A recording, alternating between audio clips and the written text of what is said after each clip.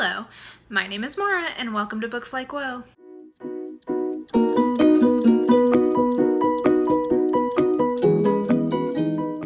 So I was home getting ready to, get in my pajamas and everything when I realized all of a sudden, mid makeup removal, oh shit, I have to film the rest of this Unhaul tonight because I'm going to my parents' house tomorrow and I take the books that I unhauled to my parents' house. So I'm looking a little half done and the light is totally gone, so I'm sorry if it's dark. But anyway, I filmed a couple of unhaul things in Charlotte before I moved, but I had more that I wanted to show you guys before I give them away. So let's get into this. This isn't going to be a huge one because I was savage up before the move, getting ready for the move. But I have converted a few more books and I've read a few books that I'm fine getting rid of. So anyway, let's just get into this. But before I show you what I have now, let me go ahead and show you what I did in Charlotte and then I'll meet you back here. Boom. Okay. Hello from the past. So I have about 11 books to talk to you guys about, and these are half replacement books, so books that I have converted to either, I think most of these are hardback conversions, but a couple of ebook, and then actually 6 more books that in packing up I've kind of realized, yeah, I don't need to move this. Do you have books that you keep because they represent a part of your life, or the kind of person you thought you were going to be at some point, or they represent an identity of having that book equals being a certain type of person? That's what all the 6 books that I'm just getting rid of kind of are. So anyway, let's start with the conversion one. So an ebook conversion is Still Alive by Ruth Kluger. This is a memoir about a young girl who survived the Holocaust. I mean, she's a woman when she's writing it, but she survived the Holocaust as a child. This is really good. I recommend it. And then I converted, let's get the other ebook one. I converted The Weight of Glory by C.S. Lewis to also be an ebook. And yeah, I'm pretty... I thought it was going to be a lot more painful to let these C.S. Lewis ones go because I did have such a big collection and it took me so long to get them. But I've been really happy with how that's been going in terms of moving into ebook and or hardback. So anyway, this is another ebook conversion for C.S. Lewis. And then I have, let's see here, I have 2 Kaza Ishiguro ones. Both of these are conversions to hardbacks. I love both of these books and I'm very excited to have a nicer hardback edition, which probably by the time you've seen this, you've seen those hardbacks. So first is The Remains of the Day. This is my second favorite book of all time. I absolutely love this book. I highly recommend it. I just adore it. But and it is sad because this is the version I read in high school, when I first fell in love with it, but I can let it go. I'd rather have the hardback. And then I've got Never Let Me Go, also by Kaza Ishiguro. Both of these have been made into movies. I didn't see the movie version of this one, but anyway, I'd say this is his probably second best known book, and it is also just wonderful. I would call this near future sci-fi. And then finally 2 Graham Greens that I converted to hardback. We've got The Third Man and the Fallen Idol and The Ministry of Fear. So glad to have 2 more hardbacks for Graham Greene. He's proving to be a tricky one to convert to hardback. We'll see how that goes. But anyway, those are my conversion books. And then I've got my 6 that I'm just letting go. And all of these are books that I think I probably do want to read someday, but realistically, I'm not going to read them in the next year or 2. And they just are sitting here and they're big. And my theory is always I'd rather put books back into the world, into circulation, than hoard them. So these were deep cuts, and I probably will read these someday, but just not today or anytime soon.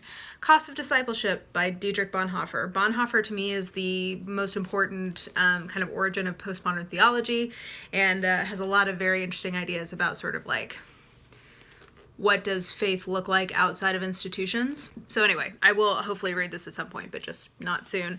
And then this is hard, guys, but because I acquired these when I worked at Borders, but this is the 5-volume Eugene Peterson work on spiritual theology, which is a very specific subset of theology and has more to do with praxis than, it's more on the praxis side than the doxy side. And yeah, I think I do want to read these someday, because I have a lot of respect for Eugene Peterson. So maybe someday, but these are so big and so heavy and they're taking up room, and it's just time to say goodbye, even though it hurts. So goodbye. Thank you for your service. Maybe I will read you someday. Okay, good job past me. So now let's talk about books that I converted from physical form to e-form, or in some cases, I guess, to a hardback form. First up, I have The Sparrow. Show it to you the right way. I absolutely adore this book, but I have it as an ebook now, so I don't need to hold on to a paperback. If I ever encounter a hardback of this in the wild, I will pick it up because, again, this is like a favorite of mine, but I don't really want to hold on to the paperback because it's not my thing. And then I converted, this is like a Dover thrift edition of T.S. Eliot's poems, so The Wasteland, Alfred Prufrock, and other poems, and I converted this to a little hardback, and there's a few poetry collections in that edition that I want to get eventually, but anyway, I can get rid of this for now. And then we have Agatha Christie's The Underdog and Other Stories. Now, I would actually prefer to have this as an ebook, but it turns out this actually doesn't exist as an ebook, but in that collection of Agatha Christie books that you guys have seen me acquiring slowly, I was able to get The Underdog and Other Stories in a hardback, so I do not need the paperback anymore. But it makes me sad that this isn't available as an ebook, because honestly that's kind of what I would prefer to have, but who knows. And then I snagged The Highland Dragon Warrior in ebook form. This is a crappy mass market, and I've made it a decent chunk in here, probably like halfway, and I was enjoying it, so I was like, hey, let's just get it as an ebook. I'm more likely to read this type of book as an ebook than I am in mass market, so converted that one. And then finally, Walking on Water, Reflections on Faith and Art by Madeleine L'Engle. If you don't know, Madeleine L'Engle is the writer of Wrinkle in Time, which is a big movie right now. But anyway, she's a great author, and this is her kind of like memoir / reflections on writing. So yeah, anyway, I converted this to an ebook, and I will look forward to reading that at some point. Okay, and then moving on to the books that I have not read and am just saying, like, I don't think I'm going to read in the foreseeable future. Is There Meaning in This Text from Kevin Van Hooser. I got this because I thought I was going to use it for a paper I was writing in grad school on hermeneutics, but I ended up not needing it. And yeah, it's just like, it's a big book, and this topic doesn't interest me at this point in my life, so like, I don't want to hold on to it. I am sad, this is one that makes me sad that I couldn't let go of prior to the move, but you know what, sometimes when you're sorting things, when you're reshelving, you get some perspective, and I just realized, like, why am I holding on to this? This represents a part of my life that is over, so like, don't worry about this. Anyway, this is going. Okay, and then the final category are books that I have read and that I'm just ready to say goodbye to. Like, I look at these and either I DNF them, like I don't like them, or like I'm not gonna reread them anytime soon. So like, why am I holding on to something that I'm not gonna read imminently? So again, most of these I'm not that sad about because most of them I read recently, but a couple of them I'm like, ugh, why did I pay to move these? Okay, first up is The Age of Shakespeare by Frank Kermode. This is a wonderful literary criticism. That's the phrase I'm looking for here. Examination of Shakespeare. Like, I really enjoyed it when I read it. Am I going to reread this realistically? Not anytime soon. It's a paperback. I just am not going to reread this, so why am I holding on to it? Thank you for letting me read you, but goodbye. Okay, and then the next is a residual mass market that I forgot I even had, to be honest with you, until I was unpacking, and it is a holdover from my thesis project, and that is In the Gardener's Bed by Kate Hardy. Now, can you guys see how great this cover is? Like, that velvet night, like, this is some Beverly Hills 90210 realness, except it's set in the UK, so like, London 90210. I don't know what like the nouveau riche zip code of London is, but whatever that is, that's what this is serving me.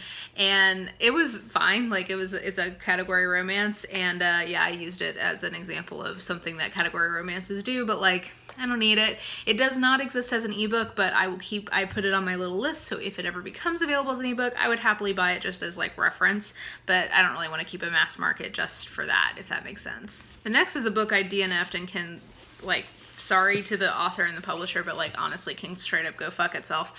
Party Girls, Dying Pearls, Plum Skies. I thought this was gonna be a lot of fun, and when I could not, I DNF'd it because I was like hoping that the protagonist and her best friend would be the next ones to die. Like, you guys know I've talked about this, but yeah, this book sucked. Like, in my opinion, it sucked, and I'm angry that I spent money on it, and it can get out of my life now. And then the next one is one that I feel a little bad about because the author actually gave me this copy because I was in a class of his.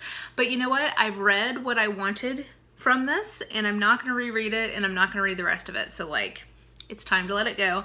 And that is Clouds of Witnesses, Christian Voices from Africa and Asia by Mark Knoll and Carolyn Nystrom. I use this, you know what? I want to say, like, I commend this project. This represents a very small, but a area that is important and needs to be encouraged in evangelical scholarship, which is trying to highlight the fact that it has not just been white men who have been Christians throughout history. Like, the average Christian today is a poor African woman. Like, that is the majority of who Christians are these days. They are not white and they are not rich. And I appreciate that there are historians who are trying to like show that they have had voices throughout history. So like, I commend this project. I'm just not going to keep reading it. I thank it for, like, there's a couple of women in here, like their stories that I wanted to read, and I did, and I was edified by them, but like, it's time to say goodbye. And I know that this will find a good home at the used bookstore, because like the section this will go in is always very sparse because people enjoy it. So it will find a home, and it just doesn't need to be in mine anymore. Bye. And then finally, one that I had a perfectly decent time with, just it's not memorable enough for me to keep, especially as a paperback, and that is Suspense and Sensibility by Carrie Bibris. This is a like mystery series featuring the Darcys after they get married.